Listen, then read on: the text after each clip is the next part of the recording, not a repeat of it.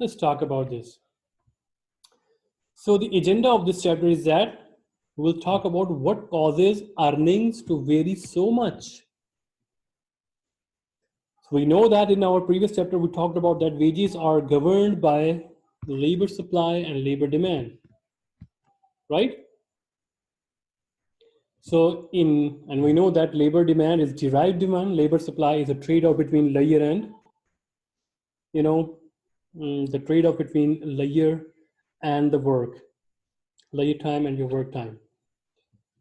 So in equilibrium, each worker is paid the value of his or her marginal contribution to the economy and economy's production of goods and services. So our goal here is to understand the wide variation in earnings and examine more precisely what determines supply and demand of different types of labor, right? If we understand this concept, what determines the supply of demand of different types of labor, then we can easily understand that the wages that we are going to pay them, and then we can say that, okay, there is no discrimination. But if we cannot explain that one, it means there is discrimination. Some people are paying, ignoring the laws of economics, huge amounts or less amounts, so that we cannot explain that one. It means there is discrimination. Let's talk about this. First of all, what determines the equilibrium wage? So determinants of equilibrium wage, which means computer programmers are paid higher than the farmer, yes. Maybe the demand for computer programmers are higher than the farm workers. So we can explain it through the supply of demand concept. That's it. Demand increase. You can say price increase.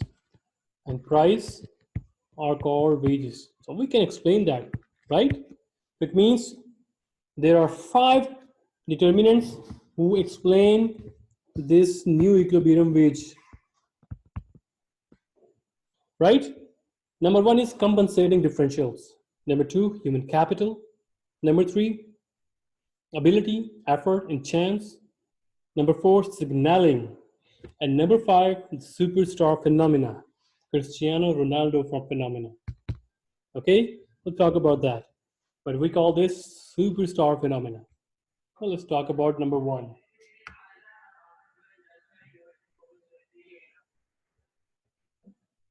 Now, compensating differentials. Compensating differential, which means it refers to the differences in wage that arise from a non-monetary characteristics of different jobs. For example, education is the same, right? Everything is same, but there are some non-monetary factors, which mean there are some bad working condition and there are some good working condition, and we can just say that, okay, we are compensating you for the bad working conditions so that we pay you higher salary. So here we go. The wages is only one of the many attributes that the workers takes into account while starting the job. So everybody wants to work for the job which is easy, fun, and safe. When everybody wants to work for these jobs, then supply for those jobs increases, right? When supply for these easy, fun-oriented, and safe job increases, it means its wages go down. Supply increase, new equilibrium going to be decreased, right? So if the job is hard, dull, or dangerous, its supply is decreased, and supply decrease means equilibrium wage increases. So this good job characteristics, that doesn't mean good or bad jobs mean bad jobs. It's like, very inferior job. No, bad jobs, they are hard, dull, and dangerous jobs. We call this bad jobs. Good jobs, which are easy, fun, and safe job. Okay, so that is economic, jargons. So due to this, good jobs will tend to have lower equilibrium wages than the bad jobs. For example, There is, Discovery Channel program, dirty jobs, or maybe, the different jobs in which that person go to some factories and wash chimneys of the factories. That is really unhealthy, dangerous job, hard job, and he's charging millions of dollars for those big factories to wash the chimneys because we don't have any, supply of the labor, and he's the only one guy who is specialized in, cleaning those big chimneys, huge big chimneys, 10 storage, 10-story chimney to, he can wash. It's like that. So it's very nice. I just forgot the name. I think it's Dirty Jobs, or maybe I think it's like Dirty Jobs. So are we clear regarding the compensating differential? So for example, the truck driver versus the secretary job. So if a woman is there, so what she prefer? Being in a very nice office, head office, safe job, or rather than be a truck driver? Of course, she will be preferring the secretary job. So if she's not the only one who preferred the secretary job, there are thousands of others. If they announce the secretary job and the truck driver, so you will see a lot of applications for secretary job. So when they have a lot of supply, the equilibrium wages, it goes down, and that's why the secretary job, it pays you less money than the truck driver. If you see a female truck driver, of course, she would be earning, much more money. Why? Because it's a dangerous job, a hard job as well, right?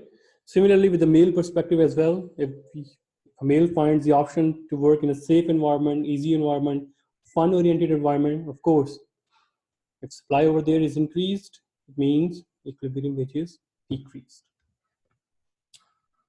So examples, coal miner, right? No, significant level of education needed, but coal miners are paid more than others with similar level of education. Why? Because they do the bad jobs, dangerous jobs. Night shift workers are paid more than the day workers. That's a hard job, right? Professors are paid less than the lawyers and doctors. Why? Because professor's salary is easy job, right? Than the lawyers, because every new case is going to be dangerous one, hard one, plus dull one as well. Similarly, the doctors, every surgery is a different, difficult surgery, right? Rather than the professor. Every class, or after every 5 years classes, the curriculum changes, but still for the 5 years, the curriculum is the same. Once you got, the grip on that one, you can just teach to the class. Yes, one can argue that every student is different student, but generally the professors, they have the same attitude towards the class.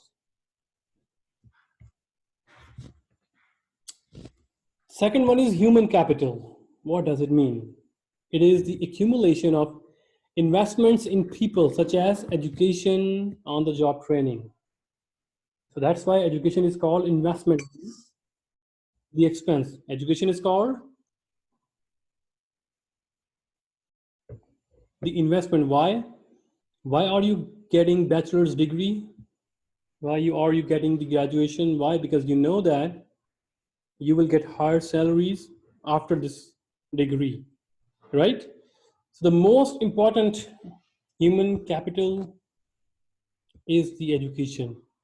So human capital directly links with the education, which means the more you are educated, the more you will earn the salary. So we have researches on that one, and we find out that, so there is a research in 2003 in which we find out that a man with a college degree earned more than 82% more than who don't have the college degree. And when we see on the women's perspective, the women showed 71% increase in earnings due to college degree.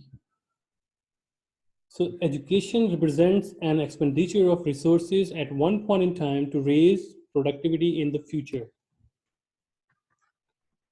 Right, guys?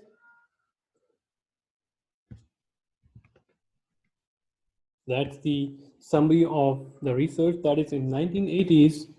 You see the people who have the no college degree, they are still earning the same amount, 38,000 a year. 30, even the salary is decreased. Now look at that. College graduates, they were earning 55 and now they are earning 69. So previously the difference was 44% and now it has increased to 82%. Similarly with the women's, although their salaries has been increased with no college degree from 23,000 to 27, approximately 28,000. But look at that, if the females, the women's, they graduated, they are earning now close to 48,000, which is a 71% increase, right? The third one, which is ability, effort, and chance. So why the other person is getting higher salary? Maybe he has the highest ability. Maybe he's a hard worker. He's put more efforts. Third one, he got lucky. So let's talk about this. Ability means natural ability. So the jobs which require physical strength. Of course, that person who is physically weak, he cannot survive over there. And if he joined that force, he would be earning less money, right? So our natural ability is important for workers in all occupations. Some people are strong, smart, while others are weak and less intelligent, right? So ability can be intelligent ability and ability can be physical ability as well, right? You know the game, but you are not physically strong. You cannot, play the hockey or baseball or football or American footballs, right? You must be having the natural ability as well. Second one, your personal characteristics also determine how productive workers you are, right? If you are working 7 days a week, like those marketing personnel, who even after the work, they are, after gathering some orders, maintaining the relationship with the customers, and they are gaining more orders than the others. So it means their effort is giving them more salary. So closely related to ability is effort. If you have the ability but you are lazy, and even then you cannot survive. So there are many people who are physically strong, but they are not playing American baseball or American football, even though they are strong, but they don't go for enough effort. They are lazy. So that's why efforts pay you higher salary, higher equilibrium amount. Yes, there is no discrimination in that one. And the chance. So tell me, if you get a chance to graduate from Harvard or the Oxford, do you think that those who graduated from Oxford and Harvard, they will be paid higher salary than from Donghua University? Of course. Why? Because Oxford University has a history more than 150 years approximately. Oxford, right? So they have more students in the market and they have shown